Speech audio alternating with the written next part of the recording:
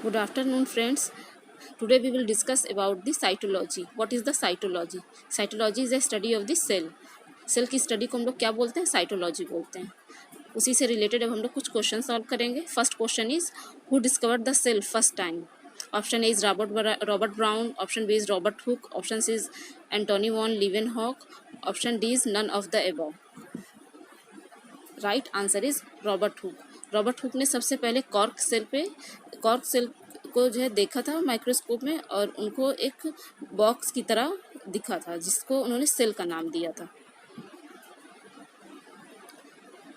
Second question is prokaryotes are characterized by. Option is no nucleus, option B is no nuclear envelope, option C is DNA without histone, and option D is all of the above. Prokaryote cells की क्या characteristics होती है?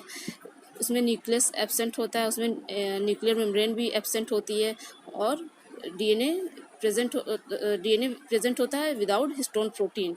यहाँ पर option D right answer हो जाएगा. ये एक बैक्टीरियल सेल की इमेज है. यहाँ पे हम लोग देखेंगे कि बीच में न्यूक्लियॉइड है डीएनए के फॉर्म में, राइबोसोम्स प्रेजेंट है, राइबोसोम 70s टाइप प्रेजेंट होता है, साइटोप्लाज्म है, और सेल वॉल है, कैप्सूल, उसकी बाहरी जो लेयर होती है उसको हम लोग कैप्सूल बोलते हैं, फ्लैजिला है जिसके थ्रू वो मूव करता है. Question number third is unicellularity is found in. Option is Monera, option B is Protista, option C is cyanobacteria, and option D is all of these. ऐसे कौन से ऑर्गेनिज्म हैं जो यूनिसेलुलर होते हैं? यूनि मीन होता है एक, और सेलुलर मीन एक सेल, यानी कि एक सेल में ही सारी प्रोसेस उनकी हो जाती है. उसी में एक्सक्रीशन भी होता है, उसी में डाइजेशन भी होता है, उसी में रिस्पिरेशन भी हो जाता है. ऐसे Protista, amoeba, Entamoeba, histolytica, Paramecium, Chlamydomonas, yeast, ये सभी क्या है? यूनिसेलुलर ऑर्गेनिज्म हैं. Question number 4 is the longest human cell is. A human egg, B muscle cell, C nerve cell, and D erythrocyte. सबसे लंबी ह्यूमन सेल कौन सी होती है? ह्यूमन एग होता है, मसल सेल होती है, नर्व सेल होती है, एरेथ्रोसाइट होता है. तो यहाँ पे आंसर हो जाएगा option C nerve cell. Nerve cell human body में सबसे लंबी होती है, और ये डैमेज होने पे दोबारा रिजनरेट नहीं होती, और इसकी यूनिट न्यूरॉन होती है. Question number 5, when the centromere is situated at the end of the chromosome is called. Centromere जो होता है वो अगर एक इंड पे सिचुएटेड है तो उस क्रोमोसोम को हम लोग क्या बोलेंगे? Option A is acentric, option B is telocentric, option C is metacentric, and option D is sub metacentric. यहाँ पे राइट आंसर हो जाएगा telocentric.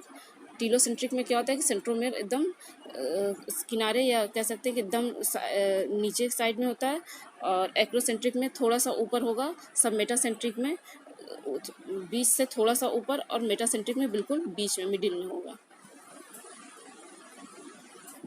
Question number 6 is a eukaryotic cell without endoplasmic reticulum is.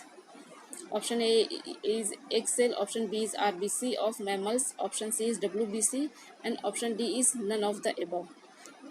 ऐसी कौन सी eukaryotic cells होती है जिनमें क्या होता है कि एंडोप्लाज्मिक रेटिकुलम नहीं पाया जाता? तो यहाँ पे हो जाएगा right option is B RBC of mammals, क्योंकि इसमें न्यूक्लियस नहीं प्रेजेंट होता, और जब न्यूक्लियस नहीं प्रेजेंट होगा तो न्यूक्लियस से ही अटैच होता है एंडोप्लाज्मिक रेटिकुलम. सो यहाँ पे endoplasm. Question number 7 is in a nucleic acid the number of hydrogen bonds between adenine and uracil. Nucleic acid में हाइड्रोजन बॉन्ड्स कितने पाए जाते हैं एडेनिन और यूरेसिल के बीच में? डीएनए का स्ट्रक्चर हम लोग ने पढ़ा है. डीएनए के स्ट्रक्चर में क्या होता है कि एडेनिन और थाइमिन होते हैं. वहाँ पे क्या होता है, एडेनिन और थाइमिन दो हाइड्रोजन बॉन्ड से अटैच होते हैं.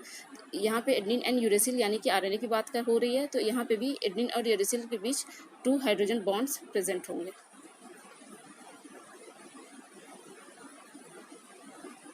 Question number 8, membranes of the vacuoles are called.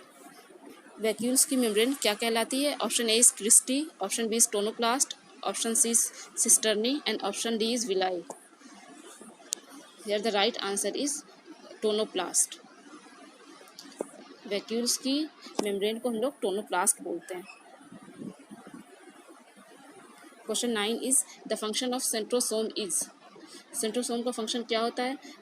Option A cell wall formation, option B cell plate formation, option C is cell differentiation and option D is cell division.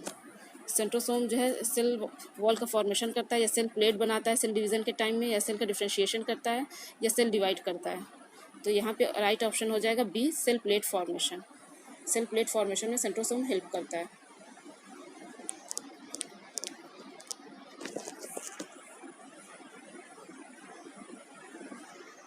Question number 10 is a nucleoside is base plus sugar, base plus phosphate, sugar plus phosphate, base plus sugar plus phosphate. यहाँ पे बात करें nucleoside की, nucleotide की नहीं। Nucleotide में क्या होता है कि तीनों चीज़ प्रेजेंट होता है, बेस भी, शुगर भी, प्लस फॉस्फेट भी। लेकिन जब न्यूक्लियोसाइड की बात करते हैं तो वहाँ प्लस सिर्फ बेस प्लस शुगर प्रेजेंट होता है। नाइट्रोजनी बेस होते हैं और पेंटोस टाइप की शुगर होती है। तो option A is right answer. Thank you.